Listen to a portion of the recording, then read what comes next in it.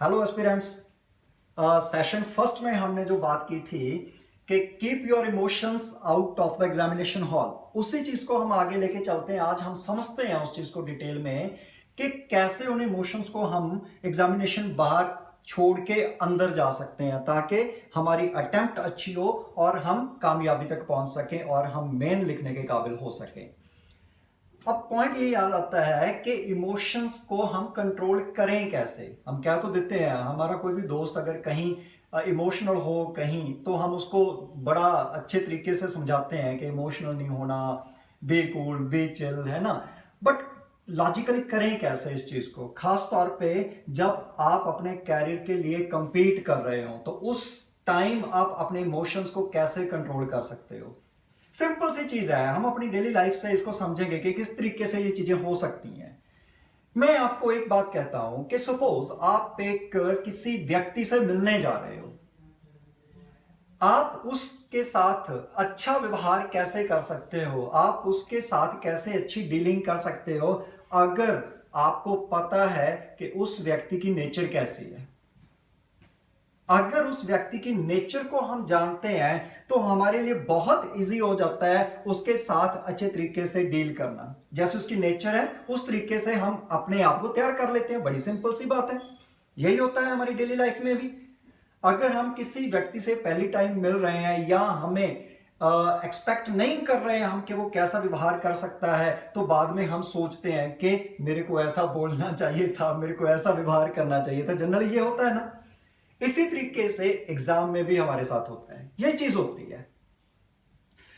कई बार तो ऐसा होता है कि स्टूडेंट्स 3-3 अटेम्प्ट्स ले लेते हैं प्री के, उसके बाद भी फिर वही वो अपनी जो बुकिश नॉलेज है उसको इंप्रूव करते रहते हैं, उसी को इंप्रूव करने में लगे रहते हैं कि इस बार मेरे पास शायद ऐसे आंसर्स नहीं आएंगे, सॉरी क्वेश्चंस नहीं आएंगे जिसमें दो दो ऑप्शंस में मेरी टाई फंस रही होगी, मैं इस बार बड़ी इजीली क्लियर हो जाऊंगा। But I wish to clear one thing to you कि आप जितनी भी बुकिश नॉलेज ले लो, आपके सामने एग्जामिनेशन हॉल में आपके क्वेश्चन पेपर में ऐसे क्वेश्चंस डेफिनेटली आएंगे ही आएंगे जिनमें दो दो ऑप्शंस में आपकी टाई फंस रही होगी।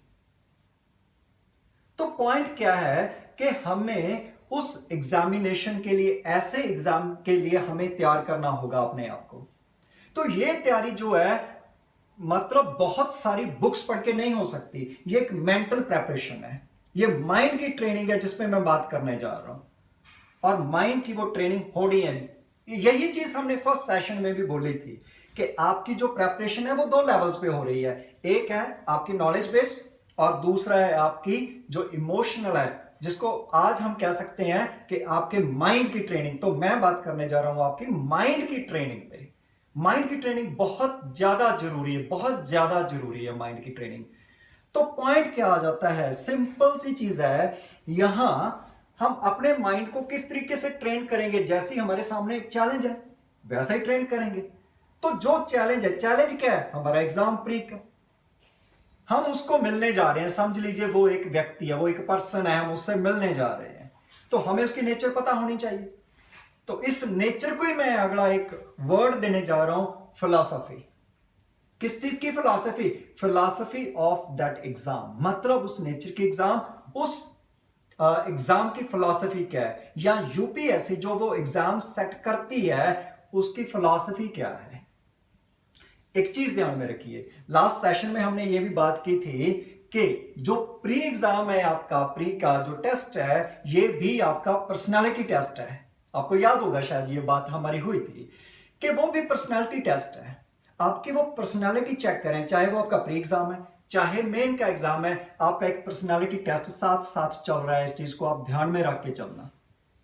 जैसे होता है ना कि हम जब भी तैयारी शुरू करते हैं, जो सिंसियर कैंडिडेट्स हैं वो प्री की तैयारी पहले नहीं करते, वो मेन की तैयारी शुरू करते हैं। और मैं कहता हूं कि मेन से भी पहले आपको इंटरव्यू की तैयारी शुरू करनी चाहिए। मीन्स आपको पहले उस एग्जाम की नेचर समझनी चाहिए, और इसकी नेचर समझनी बहुत इजी है, बहुत आसान है, सिंपल सी चीज है। जो एग्जाम दे के आप जिस जॉब में जा रहे हो, जिस सर्विस में जा रहे हो, सर्विस की नेचर समझ लो बस क्या है। और अभी हम बात करते हैं कि आपका एग्जाम दे के आपने किस पोस्ट पे जाना है। Mostly we are competing for IAS, IPS, IFS और IRS, right? We are not competing for DANIPS वगैरह, राइट? हम तो इन्हीं 4 सब्जेक्ट्स के लिए जो हैं उनके लिए कंपीट कर रहे हैं ना। तो पॉइंट ये आ जाता है कि ये जो सब्जेक्ट्स है इसमें भी हम बेसिकली आईएएस, आईपीएस इसको लेके चलते हैं, इसके नेचर देखते हैं क्या है। सिंपल सी चीज है, आप फिर सपोज कीजिए आप आईएएस बन गए और आप अपनी डिस्ट्रिक्ट में डीएम बन के, डिस्ट्रिक्ट कलेक्टर बन के, डिप्टी कमिश्नर बन के आप बैठे हुए हैं या एसएसपी लगे हुए हैं आप अपनी डिस्ट्रिक्ट में। उस टाइम आपके पास रूटीन में काफी सारे ऐसे मामले आएंगे, काफी सारे ऐसे इश्यूज आएंगे, एप्लीकेशंस आएंगी जो बहुत सिंपल होगी, आप उनको निपटाते चले जाएंगे, साइन करते जाएंगे। कभी कभी once in a week, twice in a week, month में 2 बार 3 बार, जहां 1 साल में कुछ ऐसे चैलेंजेस आपके सामने आएंगे जहां पे आपके सामने 2 ऑप्शंस आएंगी, मैं ये डिसीजन लूं या मैं ये डिसीजन लूं। और आप ये किसी भी वर्किंग जो इस टाइम डिप्टी कमिश्नर्स हैं, जैसे एसएसपीज हैं, आपके फ्रेंड सर्कल में आप उनसे ये बात कर सकते हैं। जनरली ऐसे चैलेंजेस आते हैं, छोटे से चीजें हम और भी देख लेते हैं। जैसे एथिक्स में आप पढ़ते हो, वहां पे केस स्टडीज आ जाती हैं आपके पास। तो वहां पे भी क्या होता है कि सपोज आपके पास एक तो पुअर पर्सन आ गया, कोई पुअर फेलो है, उस पर वो सही है, राइट? आप उसको न्याय देने की कोशिश में है। दूसरी तरफ आपके पे कोई पॉलिटिकल प्रेशर आ गया, तो आप एक टाई फंस गई ना, मैं किधर डिसीजन लो। आप थ्रेटिकली तो कह देंगे कि मैं तो पुअर फेलो के साथ खड़ूंगा, मैं तो उस पर्सन के साथ खड़ूंगा, बट प्रैक्टिकली वो पॉसिबल नहीं होता कई बार। तो मतलब क्या है कि आपके सामने चैलेंजेस आएंगे, आपकी जॉब ही चैलेंजिंग है वो। तो वही चैलेंजेस यूपीएससी आपके सामने एग्जामिनेशन हॉल में लेके आ रही है। आपके क्वेश्चन पेपर में 35-40 ऐसे क्वेश्चंस होंगे जिनको आप बड़ी इजीली सॉल्व कर दोगे, उसमें कोई कंपटीशन नहीं है। नेवर थिंक कि आप एक कॉम्पिटिटिव एग्जाम में उस टाइम बैठे हो। उस टाइम तो आप सिर्फ कंपटीशन के लिए तैयार हो रहे हो। जो उसके बाद अराउंड 30 to 35 क्वेश्चंस ऐसे आते हैं जिसमें आप 2 ऑप्शंस एलिमिनेट कर देते हो, 2 ऑप्शंस में टाई फंस जाती है। तो वहां पे आपने डिसाइड करना होता है कि किस तरीके से आपने डिसीजन लेके किस क्वेश्चन को अटेम्प्ट करना है, किस क्वेश्चन को आपने छोड़ना है। वहां पे आपके पास क्या होता है, कभी बहुत कम नॉलेज होती है, किसी स्टेटमेंट की हाफ नॉलेज होती है, 3 स्टेटमेंट्स दी हुई हैं तो एक स्टेटमेंट का पता ही नहीं होता कहां से आ गई, 2 स्टेटमेंट्स का पता होता है। ऐसे क्वेश्चंस हमेशा आएंगे। तो इस चीज के लिए आपका प्रिपेयर होना बहुत जरूरी है। सबसे पहले मेंटली कि ऐसे क्वेश्चंस को फेस करना पड़ेगा। अब फेस करना कैसे है, that is the smart game. तो वहां पे हमने क्या करना है, पहले तो ऐसे क्वेश्चंस उस पेपर में हमने देखने हैं कि कितने क्वेश्चंस ऐसे आ रहे हैं। जनरली 30-35 ऐसे क्वेश्चंस होते हैं, ठीक है? तो उन क्वेश्चंस को अटेम्प्ट कैसे करना है वो देखना है हमने, कैलकुलेशंस करनी है वहां पे। वो कैलकुलेशंस क्या होनी चाहिए हमारी, जो भी हमारे पास 2 ऑप्शंस जो आ रही हैं उनमें से हमने देखना है कि कहां पे आपकी एक इंट्यूशन कह रही है कि ये सही होगा। एक तो चीज ये है। दूसरा, आपको कहां पे लगता है कि ये 70% तो इसका आंसर बी है, 30% इसका आंसर सी है। उस बेस पे आप उस क्वेश्चन को अटेम्प्ट कर सकते हैं।